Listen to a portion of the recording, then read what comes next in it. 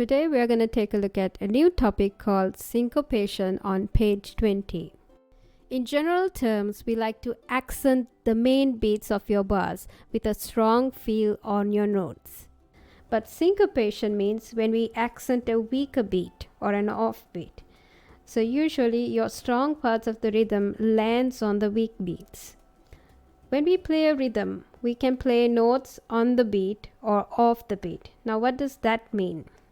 So let's start with a pulse on the beat. 1, 2, 3, 4. So I'm going to count to 4. 1, 2, 3, 4. Every single note I played was exactly on the beat of my pulse. Now let's try another pulse off the beat. This time I'm going to play notes in between the beats. 1, 2, 3, 4. Now this is what you call syncopation. At least one part of the rhythm doesn't start on the beat. We normally have natural accents on strong beats, but in syncopation we accent the off beats or the in-between notes. So this makes your rhythm more interesting. Let's take a look at some examples on your workbook. Instead of writing music on the usual beats of the bar, sometimes composers throw notes off the beat. This is called syncopation. Now you can see on this example, we have 2 4-time signature. That means we need 2 crotchet beats in a bar. So instead of writing 2 plain crotchets on this bar, we have grouped the syncopated pattern using the first beat as a quaver, which is a weak beat, and the second half of the first beat is included in the crotchet. The first half of the second beat is also included in this crotchet. So this makes the middle note stronger sounding. So we're going to count 1 and 2 and. And you can see in the next example we have a 4 4-time signature. Remember, we learned how to group these notes from the first and the second beat and the third and the fourth beats separately. In this syncopated pattern, you're combining the second and the third beats together with a minim. So when it comes to syncopation, we can break the normal rules of grouping the notes. Let's take a look at exercise 1. So we have been given syncopated patterns and we need to copy this down another 2 bars. So this is called ostinatis. So let's write 2 more ostinatis and work out the patterns ourselves. Okay, so I'm going to copy the same notes and the same rhythm.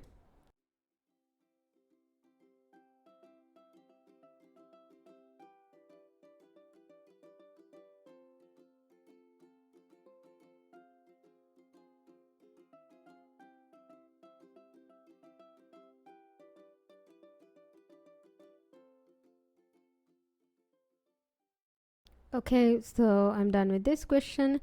Let's take a look at question number 2. So here we have to write 4 bar rhythms using notes and rest values that you know. Include at least 1 syncopated rhythm. So you can look at some examples that's given to you on page 20. Let's try this out. So you can see I have written out my syncopated rhythm in blue. So the first one, we have 3 minim beats in a bar. And you can see I have written out a rhythm, and here is my syncopated rhythm. I'm going to start with a rest as my first beat, and the second half of the first beat I'm going to play a crotchet note. So we're going to emphasize the end here, rest and 2. Okay, so here's my number 2, and the second half of that second beat I'm going to have a longer note on the weak beat. So this makes it sound stronger. So here's the third beat also includes in the minim, and the last part of the third beat includes in the crotchet. 1 and 2 and 3 and. Okay, so your rhythm is rest ta ta 2 ta. So you can clap this rhythm and see what it sounds like. Okay, so 2 sh 2 2 ta ta 2 sh ta ta 2 ta 2. Okay, so that's your rhythm. Let's take a look at the next one. We have 2 minim beats in a bar. So I'm going to draw the bar lines first. So you can see on this one I have included 2 syncopated rhythm patterns starting on the first beat, and I've combined the second and third beats together to make the weaker beat stronger. So your rhythm will go like this: ta two, ta ta two, ta two, ta ta two. Okay, so that's what it means. Let's try another one. So next we have the 4/4 time signature. So we need 4 bars.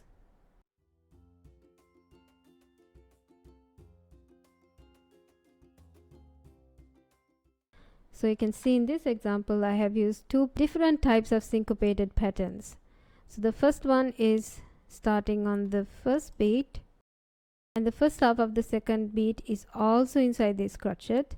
So 1 and 2, then the second half of the second beat is in this quiver. So here I'm starting the third beat, and I didn't combine this with the previous quiver because it's a separate crotchet beat. So make sure you still group each crotchet beat separately. Okay, so here's my rhythm: ti-ta, ti-ti-ti-ta. Okay, next I have the first beat is a crotchet, 1 and, then the second beat is a quiver, which I have made it a weaker beat by adding a quiver, and I've made the end of that second beat a stronger one by combining it with the third beat. And here's the second half of the third beat. So this rhythm is ta ti ta ti ta, or 1 and 2 and 3 and 4 and. Okay, so let's clap this rhythm and see what it sounds like. Ta ta sh ta ti ta ti ti ti ta ta ti ta ti ta to. Let's try the last one.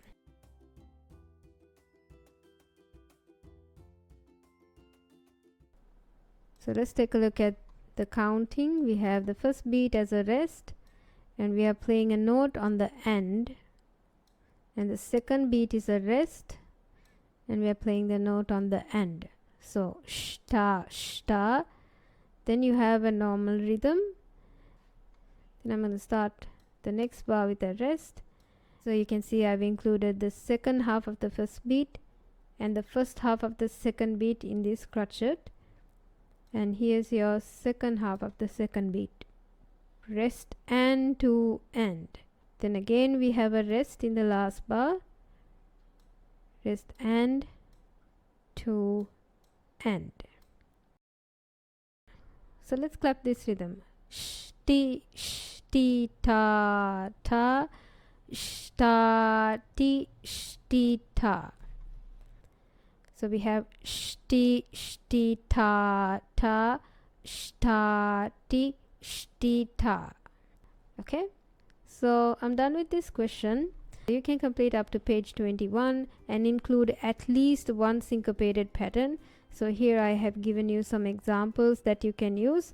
So make sure you don't copy the same thing. You can write your own rhythms. So that's it for this week. I'll see you next time.